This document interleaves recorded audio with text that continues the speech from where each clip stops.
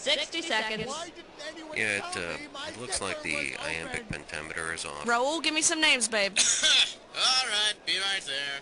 Good morning. Thank you for selecting You Don't Know Jack as your morning's entertainment. Nobody good on Regis, eh? Oh well, me and Kathy Lee want to know how many people are playing this game. All right then, one. Now type in your name. Can anyone hear me? One more thing, you looking for a 21-question game or more like a 7-question? Alrighty, that's what I needed to know. 30 seconds. Your buzzer is the letter B, as in a basket full of bunny rabbits.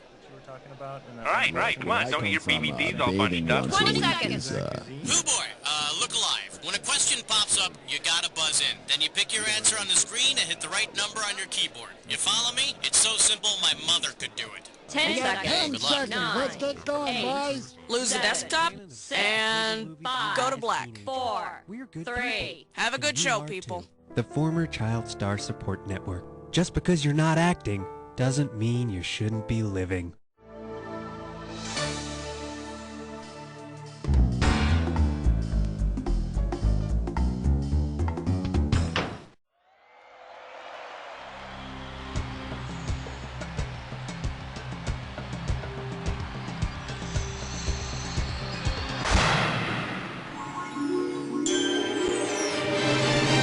It's time for the show where high culture and pop culture collide. All right, welcome to You Don't Know Jack Movies. Just so you know, we are out of Raisinets, but the good news is we have plenty of goobers. Well, looks like it's just the two of us. Okay then, it's our party and no one else is invited.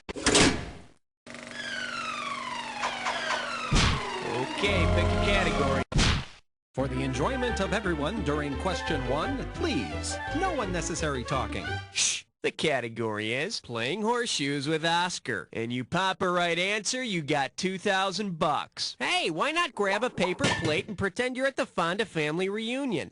If the first Fonda to win an Academy Award gets to be first in line for food at the Fonda reunion, who's gonna get their pick of the grilled weenies and potato salad? Henry, Bridget, Jane, or... Jane's 1971 performance include one of the first Fonda family Oscar and all the baked beans she could carry.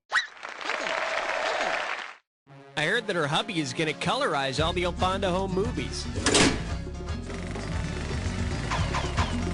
I need a category. Cut the red wire! Watch out, it's gonna blow! That was close. Too close. Say hello to, because they were out of snack cakes. $3,000 on the table for this one. Just step up and take a swing at this one. If Liz Taylor's character had gotten hungry and eaten pie during the filming of National... The name of the horse in National Velvet is Pie. But if she's gonna have dinner at the stable, she needs to be careful what pie she eats. Category, please. A question so real you can almost touch it! Filmed in spectacular 3D!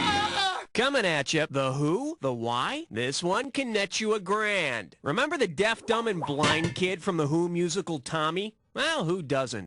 If Chris Farley's Tommy Boy were to play the title role in Tommy, how would he best be described? That short, glum, and snide kid? That deaf, smart, and blonde kid? That... Most of the humor in Tommy Boy is derived from Chris Farley's character being a rich, overweight moron.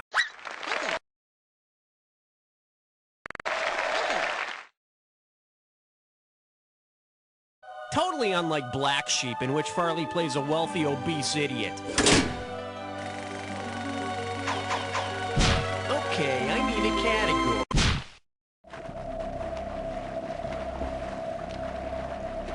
Shark! The category? Bringing up Bambi. And it's worth $2,000 if you get this one right. Strap on your helmet, we're going in. Based on Bambi's first spoken word in the movie, whom could you assume is Bambi's favorite basketball player? Bambi's first word is bird. His next words were... While Larry may have been lacking in pure talent, he made up for it in guts and raw determination. All right. Piece of crime all the time. 5. The selection is Pacino. No. $1,000 at stake on this one. Okay, picture this. You're stargazing in La La Land when you bump into none other than Mr. Al Pacino. Naturally, you start babbling. Oh, Mr. Pacino, I love you in Heat and The Bronx Tale. Your work is an honor. Italian-American actors Robert De Niro and Al Pacino starred in Heat together, but only De Niro starred in A Bronx Tale. Yeah, De Niro and Pacino, I always get those two confused, just like Morgan Freeman and Morgan Fairchild. Okay. Password. Yeah, tell him 6 sent me. And I believe this one's called Your Badge is Cold, and we're talking 2,000 for this baby. Pull out your antenna and get ready to buzz. Which movie's four-legged law enforcing lead would never have to be? The mechanical dog from Chomps will probably never be in Heat. So it would never be able to share the companionship of a De Niro or a Pacino. Wait, that's the one they're both in, right? Right, yeah. Category, please.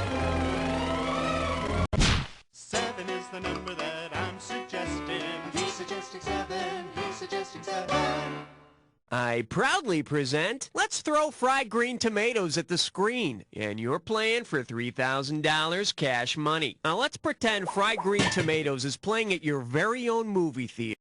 If you put the names of co-stars Mary Stuart Masterson and Mary Louise Parker on your theater's marquee, how many R's would you need? Oh, let me get the question out of the way so you can think. The names Mary Stuart Masterson and Mary Louise Parker have a combined 6 R's in them. You know, as in... I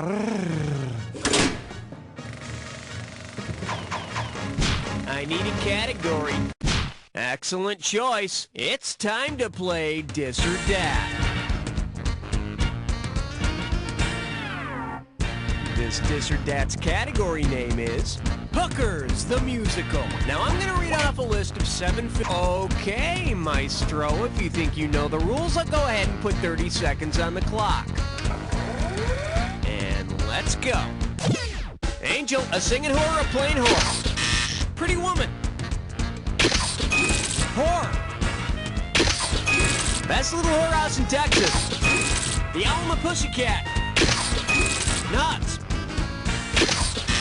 Last one, Irma La Duke. That's all she wrote. Well, you got 5 right, which is sort of like, you know what I'm saying? Well, let's throw that cash into your total. Yeah, you need 3 more categories. Hit me.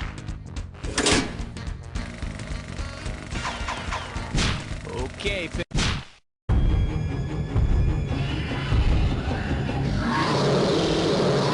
now showing, Don't You Look at Me. 2 G's if you get this one right. You know, Dennis Hopper's character in Blue Velvet was a real pervert, but people can change, right? Imagine that Frank Booth from Blue Velvet now has a warm and fuzzy personality and works with children. For what activity might he use his favorite equipment? Winning the 3-legged race, making rope and tire swings, teaching kids. In Blue Velvet, Frank Booth likes to inhale gas from a portable tank. So at the kids' party, if you hear high-pitched crying and shouts for mommy, it's probably Frank. All right, hit.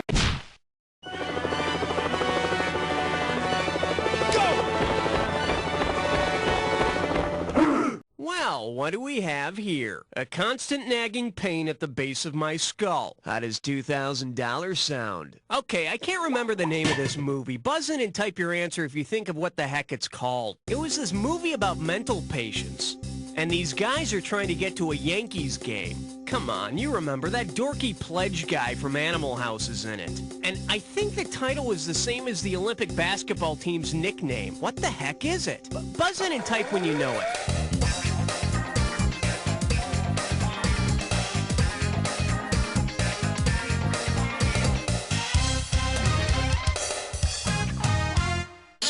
Here's what you should have typed in. Movie with Stephen Furst from Animal House about the mentally ill patients who get lost in the Big Apple on their way to a Yankees game is called The Dream Team. I love that scene where Charles Barkley gives Stephen Furst a wicked elbow to the back. One down, round 2 to go. Let's get on it. Now remember, everything in round 2 is worth double, so heads up. Okay, I need a category.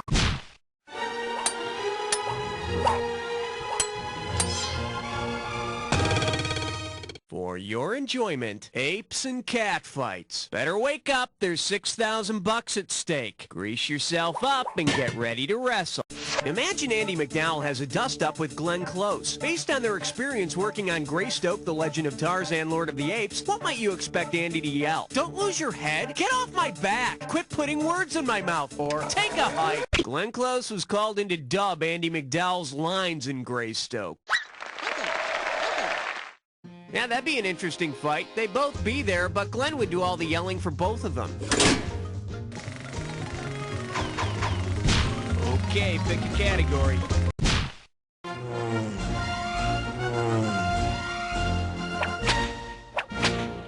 Let's give a nice warm welcome to Jimi Hendrix, Patriot. And you pocket $2,000 if you get this one. Get your finger out of your ear and listen up. We're going. If instead of playing the national anthem at Woodstock, Jimi Hendrix had done what the main characters in American Anthem do, what would the Woodstock audience have seen? Jimmy flying a chopper? Jimmy doing... American Anthem is a 1986 film about Olympic gymnast hopefuls. Yeah, man, there's this one part where Jimmy lit the parallel bars on fire. Category, please.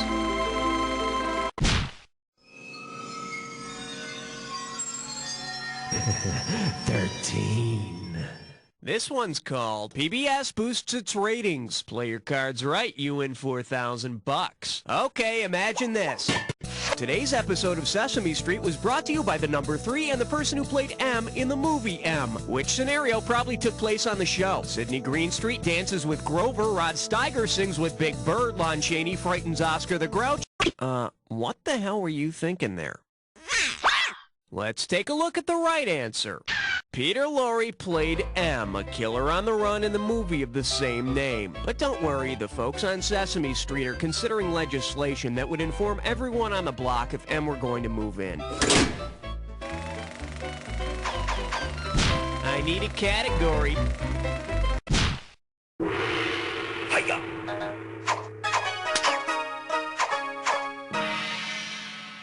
Chew on this. Something big you put in your mouth. And we're talking $2,000 for this baby. Heads up, here it comes. Say you ask your friend for a stick of Big Red gum, but he gives you the Big Red 1 instead. Considering the movie's subject matter, what will you be putting in your mouth? World War II soldiers, a defiant Apache warrior, a large... And we have some nice parting gifts for you backstage. Bet you wish you'd pick this. The Big Red One is about the U.S. 1st Infantry Division with Lee Marvin as sergeant. And I dare you to ask Lee Marvin if you can kiss a little longer.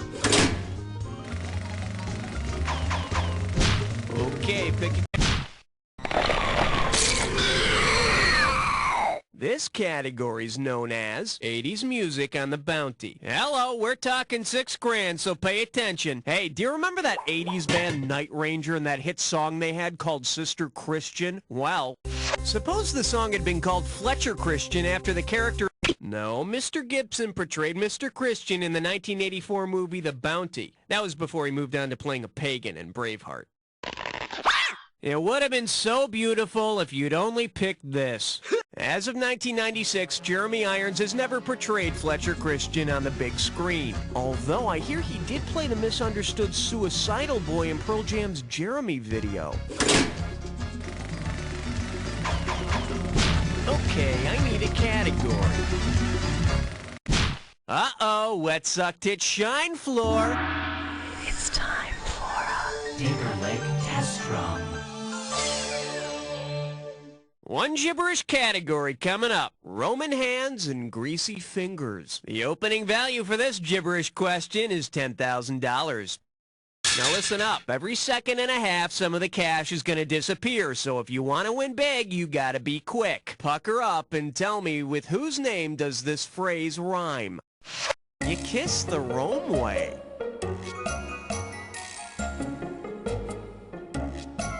First hint, she's in My Cousin Vinny. Start typing your answer.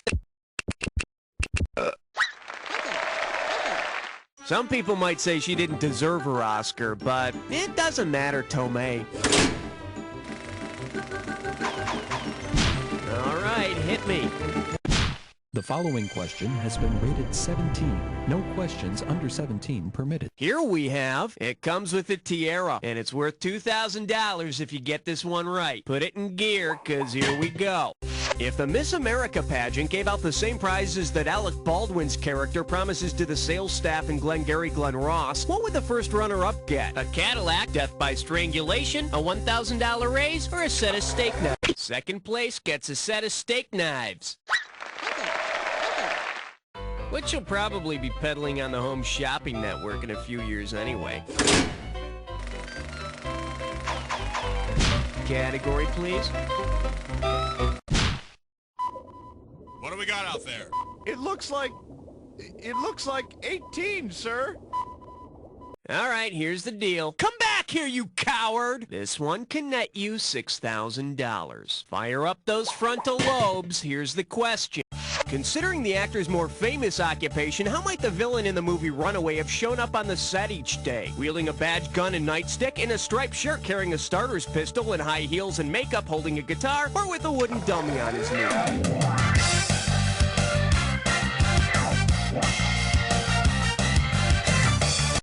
No. Let me show you what someone smart would have picked. The villain in the Tom Selleck film Runaway is played by Gene Simmons, the bass player from the glam rock band Kiss. As a villain, he's not very convincing. I mean, all he does is stick his tongue out at Tom Selleck a lot. Okay.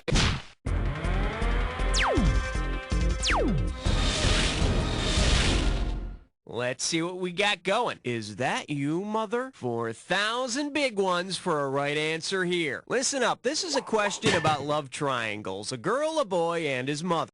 Suppose that Norman Bates had fooled the police in the same manner that Roy Dillon does in The Grifters. About what could he then brag to his mother? The police think I'm the girlfriend, Mom. I dressed up as you, Mom. Dress as his mother? Okay, I'm guessing you haven't seen Psycho. For the curious, here's the right answer. Norman would ID the dead girl as his mother. In The Grifters, Roy lets his mom escape by claiming that the murdered girlfriend's body is hers. Yet another movie that proves every good boy loves his mother.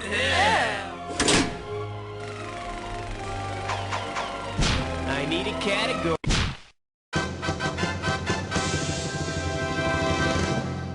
Okay, give it up for Shut Up and Fight Already. I'm sending over 4,000 dead presidents if you get this one. Okay, imagine this. In a sequel to Say Anything, kickboxer Lloyd Dobler finds himself fighting Jean-Claude Van Damme in the illegal event from Bloodsport. What would make the best title? Use anything. Like your brain? Here's what you should have picked.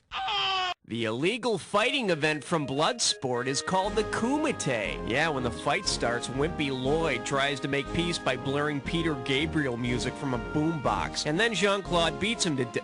Oh, I'm sorry. Am I giving away too much? Okay, I need a cat.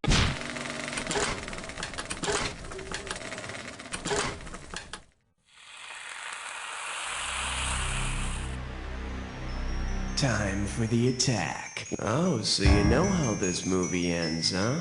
Well, then let's fade to black. Here's your category. Tell me a little about yourself. Me? Well, I'm about to do really poorly on a jack attack. No, I'm just kidding. Not really. Good luck.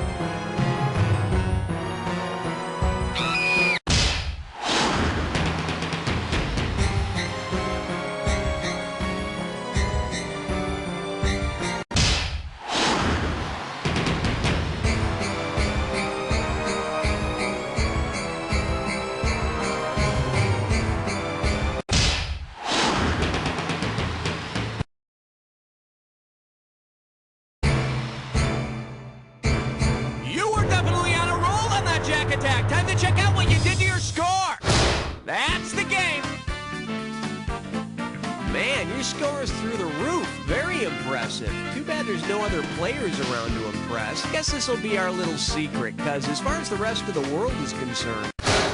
You don't know Jack! Nice work, people. Cue the commercials, and Raul, what's happening? We going again? Wahoo, you made it onto the high scoreboard, but so what? It's like you were the first person to drive their car into an empty parking lot.